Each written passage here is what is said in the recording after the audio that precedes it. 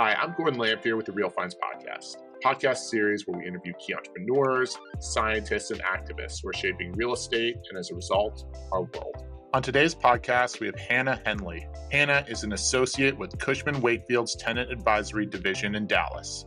Her focus is on office leasing and tenant representation. On the podcast, we discuss the ins and outs of the current office market, work from home, and the future of office. It's well worth a listen. Hanna, thanks for hopping on the podcast today. Thank you for having me. I'm excited. So before we start off, we always like to get to know folks. And I hear you're a Red Raider. Is that true? That is true. I was going to say I bleed red, but that's like blood. So before we start getting into real estate, I'm curious, you have a design background. And that's something that I think is unique for the real estate industry. We've got a lot of soft studies folks around, but we don't always have design folks. So can you tell us a little bit about your design background? Yeah, for sure. I mean, it's not super extensive, but I will give you the background. So I grew up thinking that I was going to move to New York and be an editor-in-chief of some major fashion magazine like Vogue. And I was convinced. I was like, okay, I'm going to go to college in New York and I'm going to work in fashion. So college came around and I realized that my dad would only pay for in-state. So I was like, okay, well, I'm not paying to go to New York, so we're staying in Texas. But Texas Tech had a fashion program. So I was like, I'll start with this. So I started in fashion management, I believe. And then I realized that it wasn't the job that I thought it was. And then I also realized I don't necessarily want to be in fashion. I want to make enough money to wear all the fashions that I like. So I pivoted to a business major. I switched into the business school at Texas Tech my sophomore year. I got an internship at a commercial real estate company here, and I started with them right after I graduated college, and I've been doing it ever since. So why real estate? Because look, a lot of people have their why for why they get into the industry, but what got you into the real estate industry? Good question. So my dad is a leasing agent. So I grew up kind of seeing what he would do on a day-to-day basis. And he had kids a little bit later in life. So we were able to see what his day-to-day consisted of. And as you get to a certain point in this industry, you don't have to grind as hard as you did at the beginning. So I would see him get home at like 3:00 and I would see him leave for work at like 10. And I was like, he doesn't seem like he works that much. I was wrong. There's a lot at the beginning. But I was basically telling him, I don't think I can do fashion. And he was like, just try real estate. I was like, no, that's what you do. I have no interest in that. And then I got my internship and I actually ended up loving it. Well, I'll say this. I'm a fourth generation real estate broker and developer and property manager on my mom's side for 2 generations. So in terms of that, I understand how you might not originally want to get involved. I certainly did. But right, exactly. At the beginning, I was like, no, that's what you do. But one of the things that I think most of all that I think we like to get involved with is learning a little bit more about Texas and Texas's great success. So Texas has been the place to be, maybe give or take Florida or Nevada or a couple other handful of states. But what are you seeing right now in the Dallas market? Because it's on fire. You open up the Real Deal or the Washington Post or the New York Times or Wall Street Journal, and all you see is businesses are moving to Texas and Dallas and Houston. So what are you seeing going on in the office market? Yeah, so that's a good question. Texas is booming right now. A lot of companies are relocating to Texas. I believe we've had like 347 corporate relocations since 2010. I could be wrong on that, so don't quote me. But it is a very high number. And I mean, I think largely it's because of the favorable business environment that we have. We have low taxes. There's not a ton of bureaucracy, so it makes it easier for businesses to get up and starting. There is a huge labor force for people to pull from here in Texas, and specifically Dallas. We have SMU here, UT's not too far, TCU, Baylor, Texas Tech. There's just so many good colleges around here for employers to pull from. And then you have great public school systems. I think that is a big factor. I think I know in a lot of other parts of the country, you spend so much money to live in a certain area, but then the public schools there are terrible. So you also have to spend a bunch of money to put your kids in private schools. So the public schooling here is incredible. And we have great infrastructure. In Dallas specifically, we have two incredible airports. We have Love Field, which is domestic, but it's so small. It's 10 minutes from my house. So it makes flying so easy, a little too easy.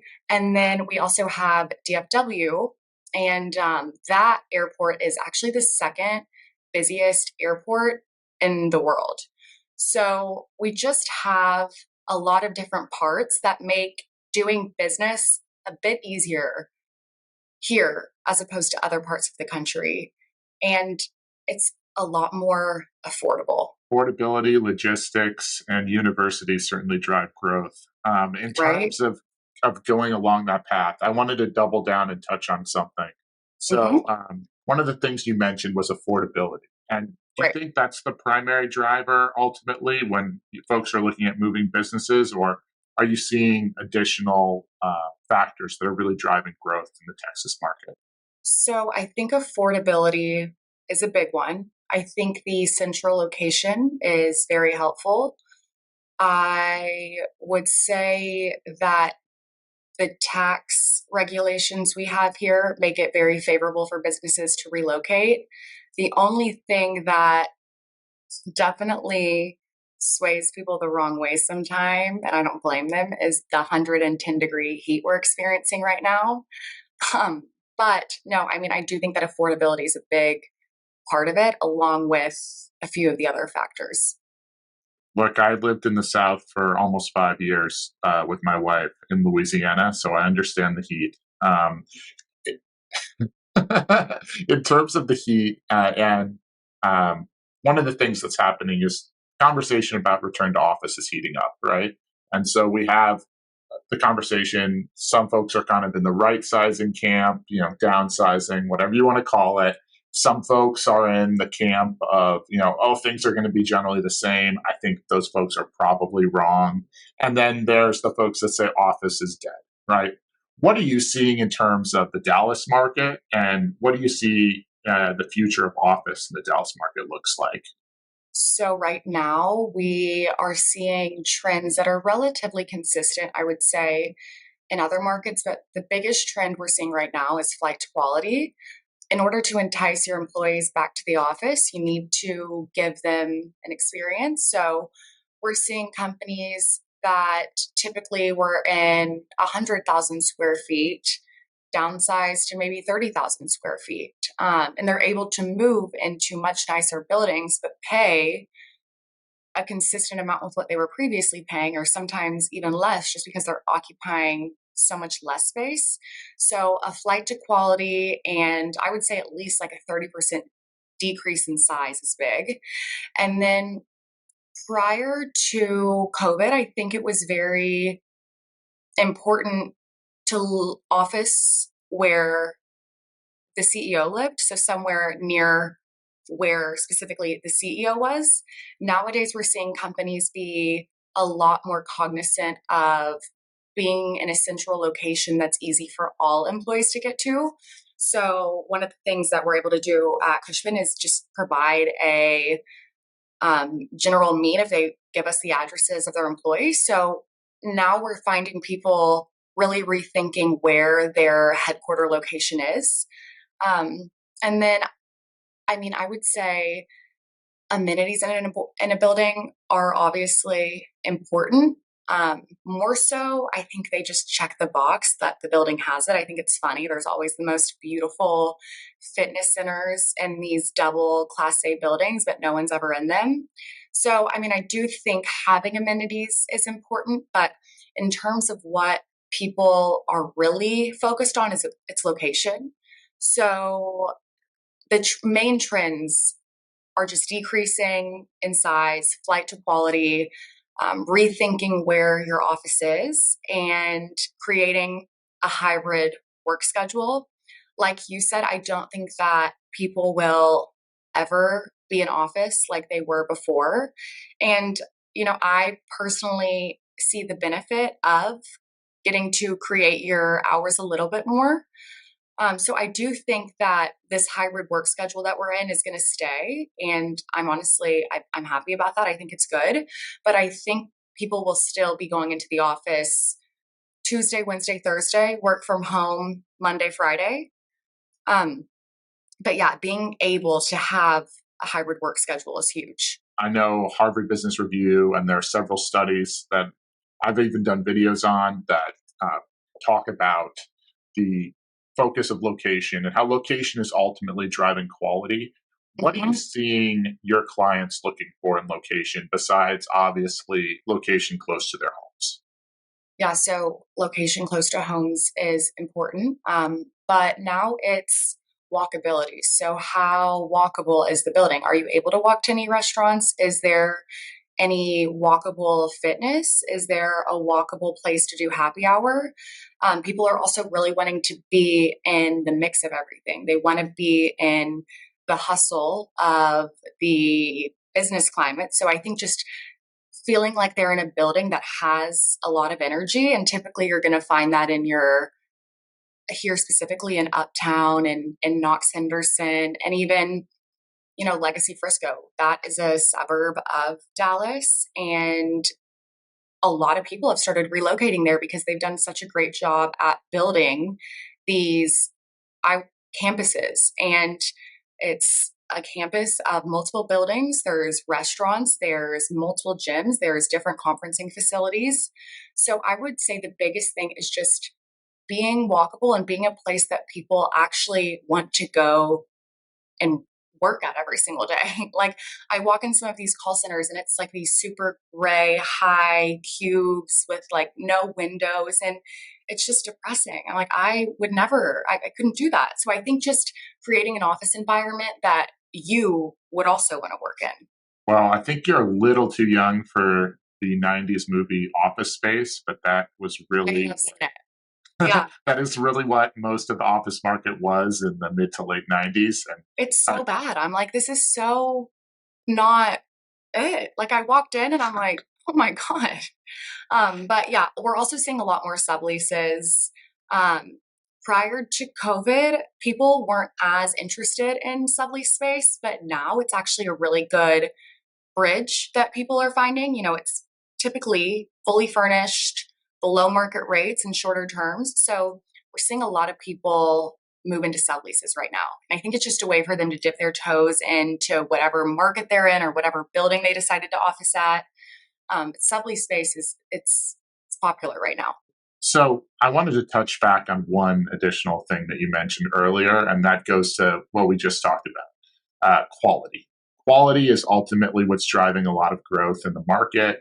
And look, you're a design person, and you sit there and you really can see how that there are probably patterns in the market that indicate what at least occupiers see as quality. What really is quality? Because I know that's a buzzword that we love to throw around in the industry. Are there a couple things that are really driving what an occupier would see as a quality building? Yeah, I would say definitely updated finishes in a building. You don't want to walk in and it be like pink marble from the 80s. So just having updated finishes is super important. Right now, there's tons of new construction that is just literally popping up out of the ground. So that double class A office is getting leased so quickly. It's the class A minus and the B that's really struggling. And I would say it's just the newness of the buildings. And right now, people are really experimenting with everything. There's a building in Dallas that just had a pickleball court put in it. Um, so, you know, unique amenities, lots of natural light. One thing that we're seeing across the board is previously there was typically exterior offices with interior cubes.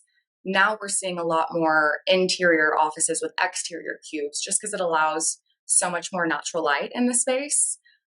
So lots of light, lots of glass, amenities. Like people don't necessarily use them, but it is nice to have the option to go work out in the middle of the day if you need to. But yeah, I would just say having an updated building and that has amenities that's in a good location, and it really is crazy how much more people are drawn to those trophy assets than they were prior to COVID. So I wanted to touch on what you're seeing as a trophy asset, and if there's anything that somebody who's sitting in a Class B building can do. Because I know for us, we had one of our investors come in, take back a building that was around 10% leased, and go and put money back into it, and now it's relatively profitable after a couple a couple $1 million worth of rehab, gutting, refixing things. Wasn't cheap, but now the building's in the green.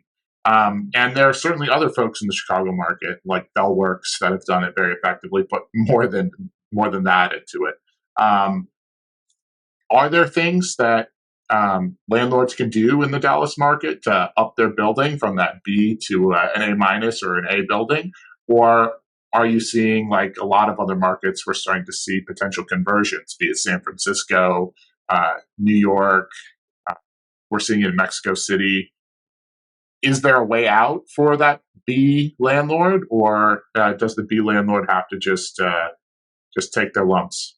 That is honestly a good question. I There definitely is still a market for a tenant in a B building. So there still is groups that are okay with being in B buildings. So I mean, definitely continue to target the people that are looking for more cost effective options. But one thing that I've noticed that's a huge deterrent that might not be something that people think of top of mind is the first impression of a building. First impressions really are such a big deal. So having an updated lobby is huge, having a bright lobby. And even if it's just, replacing the flooring and repainting it and adding some natural light, I think that has a lot more impact than people realize.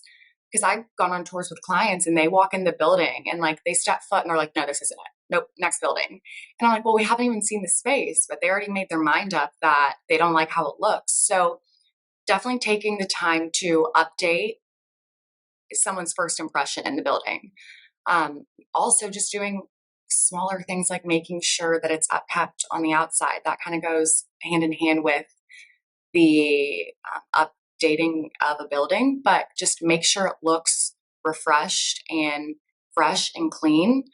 Another thing I would say that I've seen a few groups do, and it's actually been pretty successful, is converting maybe relatively smaller office that has been vacant for a while and just converting it into a tenant lounge. And then you're able to say, I have a tenant lounge, or even adding a room that has some type of fitness equipment. A lot of times, if you can at least just, if you're able to list it, you're able to get more tours because some people just say, like, oh, we have to have a fitness center in the building. So even if it's not the most extensive fitness center, you can at least say that there is a fitness center. But overall, I would just say figure out how to leave a lasting first impression with the potential prospect and don't discredit how important that first step in the building is. Look, I'm a firm believer in making a good first impression. I know for our landlords, we talk about the three places that you can easily take an L, right? The three L's, and they are uh, landscaping, lobby, and lot. And look, the parking lot, if it's all beat up, that's minimal. And yeah, that's minimal in terms of pricing, but you can just ruin a deal. Someone will pull up to the building and go, this is a tired building. You can sit there and have crappy bushes that are dead all over your location, or bad grass and you're done. Or you could have a lobby that's from the 70s or 80s and be done, and the rest of the building could be Class A. So, great advice. One of the things that we'd like to touch back on is something you talked about earlier, which is your fitness center. And I know there's a lot of folks that we talked to that want to put one in. And I know there's debate in the market to how to do that. Do you think it's in the Dallas market mostly about checking the box? Do you think it's a wow factor? What do you see in terms of fitness in a building? So I think when you're in your trophy assets, so those brand new assets, it is important to have a nice fitness center. For those, I do think you need to invest, and it is a little bit more than just checking the box. People that are officing in really nice office buildings, they like the ability to not have to leave. So I would say in really nice buildings they're a must. In the smaller buildings, one thing I've seen recently is people not even having a fitness center per se, but they have showers. So, like, if you want to go on a walk during lunch, you can shower. I haven't really had any clients be like super excited about that. But for your class A minus and your class B, I never see people in those fitness centers. I would say those are more just checking the box and saying we have a fitness center. Um, the only time you're not checking the box is when the building is nice enough to the gym can compete with whatever workout facility you already work out at. And I think when it's something like that, it is important to invest. One of the things you mentioned earlier was office structure, and what you're seeing is more internal privates and more open office that has Hmm. natural light. And I know a podcast that's going to premiere probably today as we film this, and probably 2 weeks in the past from when this uh, episode drops. We talk for length about open versus more of your privatized office. And I'm curious what you're seeing generally within the battle between open and private offices in the Dallas Hmm. market. So this is something that has been evolving slightly. When the work from home hybrid work model first came out, people were really implementing very open office collaborative spaces. So very minimal offices, maybe like three or four on a whole floor, and just filled with workstations. And they would make it look really nice. You'd have the exposed ceiling and the polished concrete. And aesthetically, this space was beautiful. But then now people are realizing that having a completely open plan is not something people want to be in all day, every day. They want the ability to take a phone call from private, especially if they have been working from home and they're used to it. They might not want to be on a call in front of any and every person in a cube. So I think right now it's important to have a collaborative environment that does foster lots of social interaction, but you also need to make sure you're giving your employees space to peel off to the side and take a personal call, or have some time to put your head down and do deep work. I think that just having cubes for your employees is not enough. You definitely need to provide different types of work environments within your office space.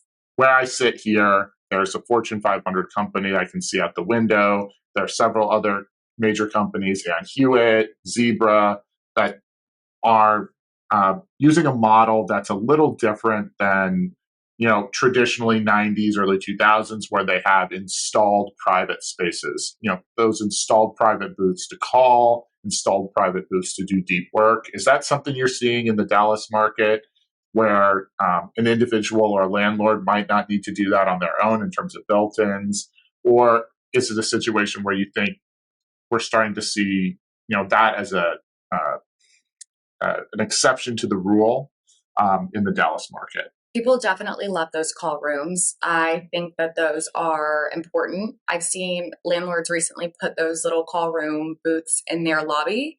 Aesthetically, I don't love that. So, I'm not encouraging that. But I do think having the flexibility to pop into a call room is super important. So, yes, I would say those call rooms are here and they're going to stay. In fact, I just closed a deal, and the office is primarily open, but then in the back they have like a row of just those call rooms. One thing that is kind of funny about those is if you don't test the acoustics in those ahead of time, you can get into a call room that just echoes, and then everybody around you can hear what you're saying perfectly.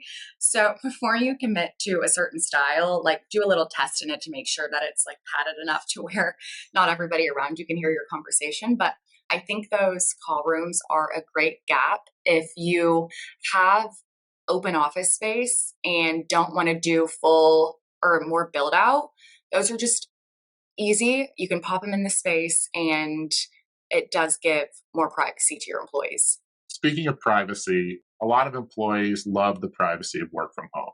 Mm-hmm. And we're starting to see the fight really heat up in terms of the transition between work from home and return to work. What are you seeing in Dallas? Because the fight here is pretty intense. I would say it's no longer simmering; it's just a full fire that's going on.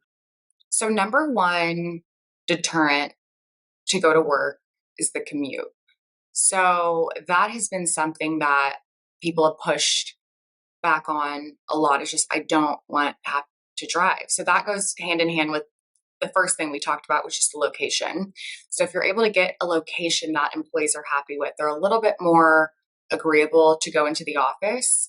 But overall, I would say that people are going back to the office. There's definitely traffic to and from work, much more than there was probably like a year ago. And I think people deep down realize the importance of going back to the office to some degree. You can't have any type of culture without being in the office. There's no visibility to leadership if you're trying to build your career. It's really hard to collaborate with a group. And I just, going to the office is important. You just have to give your employees flexibility. A lot of companies are meeting them in the middle and saying, okay, why don't you work from home Monday, Friday, and then come to the office Tuesday, Wednesday, Thursday? I've also seen work hours differ. So now people have the flexibility to maybe go in a little bit later to avoid rush hour or go in earlier but leave earlier to avoid rush hour. So the fight is still fighting. People are still not wanting to go back to the office. I think that now that people have a pretty solid taste of what it's like to work from home, they don't want to go back. And I mean, I worked from home. I never work from home. Like I'm in the office every single day. And I worked from home like 2 weeks ago on a Monday. And I was like, wait, this is pretty nice. I can't lie. But then I wasn't as productive. I missed a lot of social interaction that did happen in the office that day. And, it's nice, but it's different. And I think people are just going to have to get used to the new normal and be comfortable in the office as well as out of the office. And to make your employees more comfortable in the office, you just have to create an environment they want to be at. At an organization that's been around for almost 150 years, and the amount of institutional knowledge that exists, if I just walk down either direction down the hall, that's something that I couldn't easily get from home. And so I don't know how I could have been a young broker and really getting the full experience and really understanding how to talk to clients. You need to listen in on how people are having their conversations. You need to hear how people are cold calling. You need to be able to walk into someone's room and have an answer to a question in 10 seconds. Like it's just so much easier to be in office and do business. It takes a lot longer to do business when you're out of office, and when you're in an industry where efficiency is so important, it's just not as efficient to work from home. So, speaking of efficiency, one of the things I found from Gen Z, and I think you're Gen Z, right? I I'm a am. millennial. Yeah. So, is that we get asked all the time by older brokers, more experienced brokers about marketing. And I know that's something that there are some brokers, folks like Coy Davidson that have done it incredibly well. I believe he's an expert. Um, that that's something that our generation gets asked about all the time. And I've seen that you're on TikTok, you've got all sorts of marketing going on LinkedIn. What are you seeing from the younger generation of brokers who are coming up? And a little tidbit of advice that you'd give for maybe some of us older brokers, particularly brokers that are a little more senior than myself, that are dipping their toe into the social media or marketing? So, with marketing, the biggest goal is to stay in front of your prospect. So, I look at all my marketing like that. I make a point, I'm honestly not as good about it as I should be, but when I'm focused on it, I make a point to post weekly on LinkedIn, send out monthly e blasts to all my prospects and clients. Recently, I have been dabbling in the TikTok world a bit, just the business TikTok. I thought it was all dances at first, but recently I've been giving cold calling tips here and there. So that's still very new. I can report back with any progress once we see some, but that's still new. But no, I think LinkedIn is so important. It's good to have a pretty big presence on LinkedIn. I noticed you have quite the presence on LinkedIn. So that's amazing. And also just keeping the material that you're sending to your prospects relevant to them. I see a lot of times brokers will send like a market report. And yes, we live and breathe the office market all day. We care about it. Our prospects might not care about the vacancy rate in a certain submarket. So putting yourself in the prospect shoes and thinking what would they want to see. And honestly, I had this thought like relatively recently. So I set up a few lunches with prospects that are now clients of mine, and I candidly asked them what, as a decision maker of a company, would catch your eye if a broker were to send you something. Like, what do you want to see?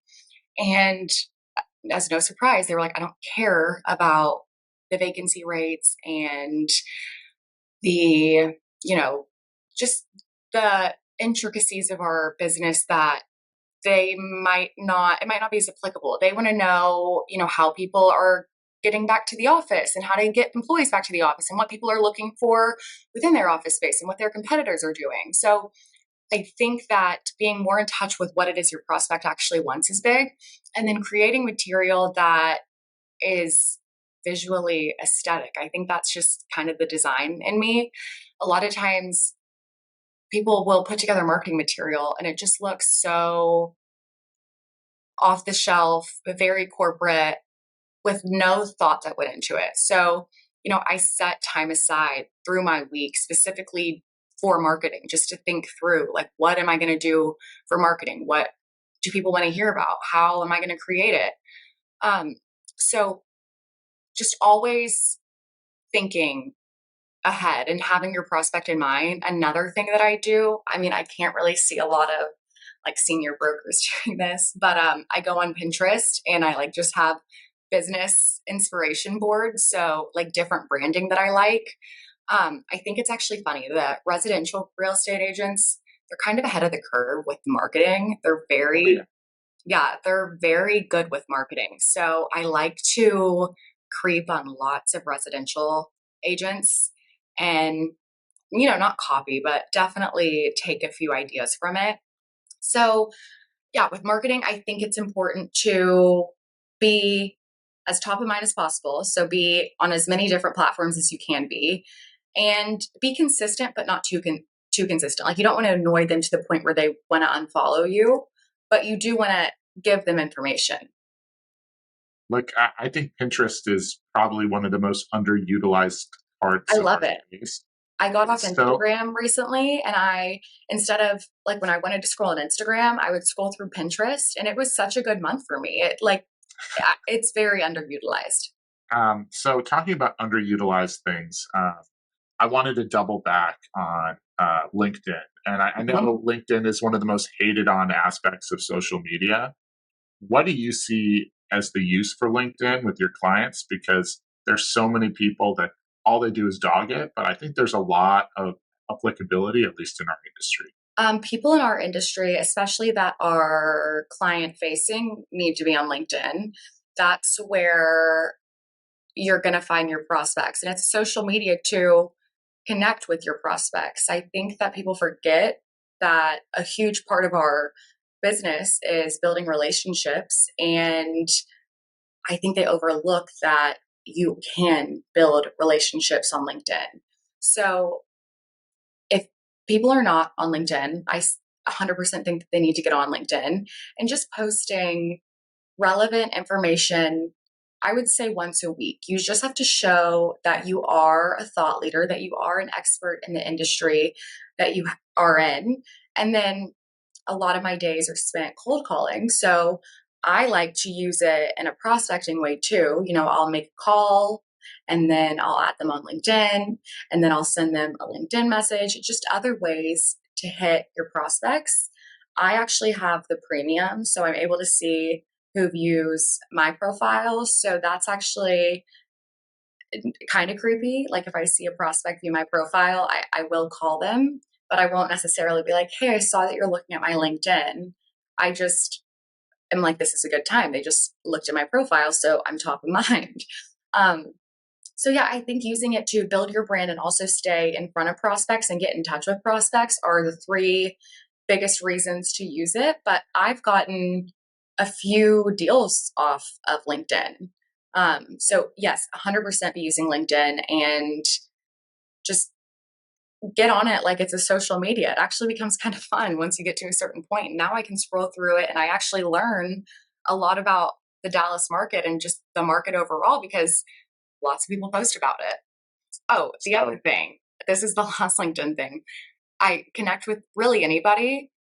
If your prospect leaves the company that they were at and they go to a new company, you're able to see that on LinkedIn. So then you're able to call your prospect and say, or your client and say, you moved to this company. Do they need help with their office space? So overall, it's just a way to get connected and build relationships. like for us, it's a huge chance to figure out startups as well. We're in a huge pharma market, so there's all sorts of people that will leave a location, and often when they're leaving a large corporation, they're creating a spin-off. And Right. to make that call is always it's always a great opportunity and very underutilized platform. So 100%. not too much left in the episode, but we have one more hurdle to go over, and that's our final four. Lots. My One of my favorite questions that I always like to ask about the final four is, look, where do you see the future of office going 10 years out? You're early in your career, but you have a lot of experience. And we find that sometimes younger individuals are better futurists in terms of predicting where things are going. What do you see as the future of office? So I think people are always going to have office locations. You cannot have a company culture without an office or some type of hub to fall back on. I do think that the amount of space that companies take is going to shrink. People don't need as much space as they did take at one point. I think that there's always going to be a hybrid work environment that stays forever. I don't ever really anticipate that going away. Overall, just the climate of business has gotten a lot more casual. Like it is slowly starting to shift to less voicemails and calls to more texting and email. What people wear in the office has gotten more casual. Before COVID, people were suited up in their ties every single day. And now if I see one of the brokers in a tie, I'm like, what do you have going on today? Like it's rare. So it's become more casual. And, you know, it's going to continue to get easier and easier for our prospects to get information. So, we're going to, as brokers, have to continue to educate ourselves and be at the forefront of the trends so we can speak on them. Sometimes I have clients call me and they'll ask me a question about something they read online, and I'm like, oh gosh, I haven't even heard of that yet. I need to go look that up. So, just staying up to date with all the trends. Um, but yeah, I think our overall commercial real estate is always going to be around. I just think it's gotten a little bit more casual. And I think buildings, we like to call them zombie buildings. They're buildings, but basically dead inside. I think those types of buildings are slowly but surely going to start getting converted to multifamily, um, mixed use. I don't really know, but I don't think we're going to have as many Class B or Class A minus office space. I think the trophy assets or the buildings that are going to continue to be built. You need a reason to come into work these days, and often that Class B or C building just isn't enough of Doesn't a do it. reason. Yeah. So You have to give your one of the folks an experience. You really do. one of the things we wanted to go and talk about more, and we always love to do on this podcast, is a little bit more about taking a step back. And so, look, you're young in your career, but you still have a lot of experience going forward. And so I'm curious, what would you say to a young Anna, maybe in high school? Mhm. What would you give as a little tidbit of advice? So, the biggest thing I've realized as I've gotten older is to embrace being uncomfortable. I think a lot of people feel uncomfortable and it is uncomfortable, so they run from it. I've realized that the more uncomfortable you feel and the more you're stepping outside of your comfort zone, the more you're growing. And if you're able to get over the feeling of being uncomfortable, you come out so much stronger. But I've just seen so many people, instead of, you know, going through it, they run from it and then they're never tested. So they never have that confidence that they can be uncomfortable and come out stronger. So, number one is embracing feeling uncomfortable.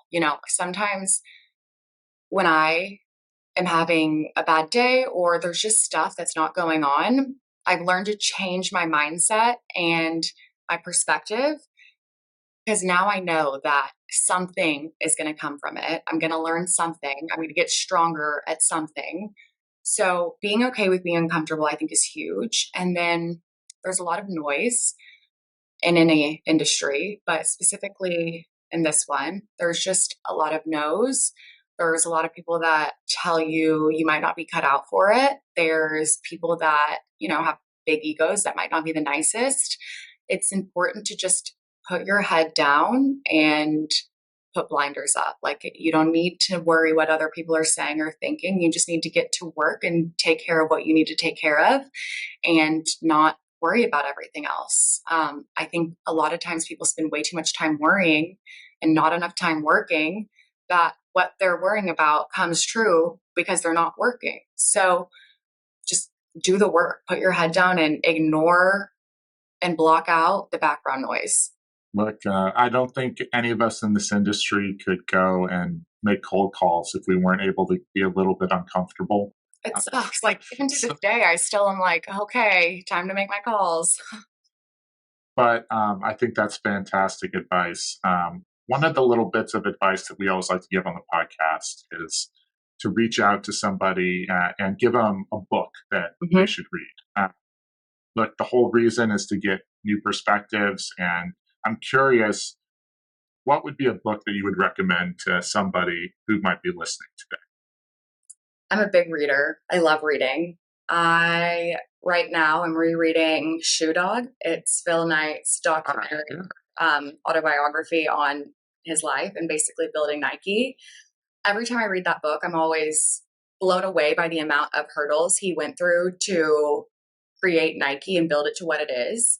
And people look at him from the outside and they're like, gosh, his life seems so glamorous and like he has so much money, but he worked very hard for that. So I love that book. I think it's a great story. And I think it's important to see where people started and where they've gotten. So I love reading books about people written by the person. And Shoe Dog is a great one. I love the book Good to Great. One of my favorite quotes in that is good is the biggest enemy of great. And I think that's so true. A lot of times we're good at something and that's enough. We're like, okay, yeah, I'm really good at it. But that book talks about going a step further and becoming great. So I love the message in that one. In terms of just like cold calling and business development, I read a book when I first started my career called Fanatical Prospecting. And it's a really great blueprint on how to cold call, what to say in your cold calls, how to follow up in your cold calls. So that book is helpful for people starting off. And then last book is Atomic Habits you don't realize how important the daily habits you have are until you start implementing good habits. And over time, you realize the impact that having good habits has on your everyday life. Look, Atomic Habits and Shoe Dog have both been mentioned before. They are great, great reads. And we have to pick up some of those other books because, gosh You have knows, to. good I'll really is the enemy of great. write them down for you. Yeah. Well, surprisingly, we are recording this, so I can always, yeah. Wait, this is being recorded? No. So there's one last thing, and this is the most important question for the podcast, and that is simply, is there somebody that we should be talking to next on the podcast? The whole reason we created this is to reach out to young, new, fresh voices, voices that aren't getting enough publicity in the industry. Who's the next person we should bring on? So I thought long and hard about this question, and it came to me recently. And I don't know how I didn't think of it sooner. So in Cushman and Wakefield, there is a network of females that are my age. We're all around the same age, and we've all been in the industry for a similar amount of time, and we're all in different markets. So there's one girl, me in Dallas. We have Atlanta, we have Colorado, we have Chicago, we have Florida, we have San Francisco, and we all meet monthly and we just chat about what's going on in the different markets, what's working for us, what's not working for us. And this group, we started off as just hopping on calls and we've become very, very good friends. And every time I hop on a call with them, I learn so much. So I'm not sure if you're able to, but you should do a group podcast with the whole squad. I think we would love to do that. What we need to do is get those names, and we'd love to do something. We could always do it, even potentially live on LinkedIn. And I think it would be a great opportunity to hear from a lot of young brokers in the industry and really learn a little bit more about what's going on in more markets than one. It's amazing. Yeah. And it's interesting to kind of compare the trends that are happening in my market versus their markets. And, some markets are quicker to pick up on things than others. So the markets that are slower, they're kind of a step ahead.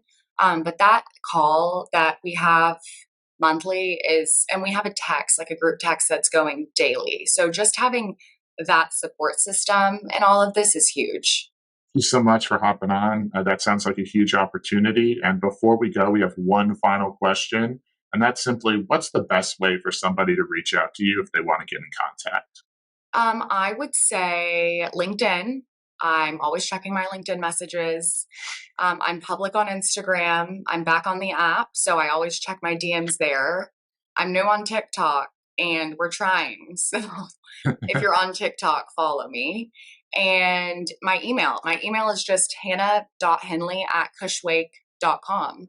I'm not sure if I can give you my stats to put in the notes or anything, but there's no H at the end of my name. So it's just HANNAHENLEY.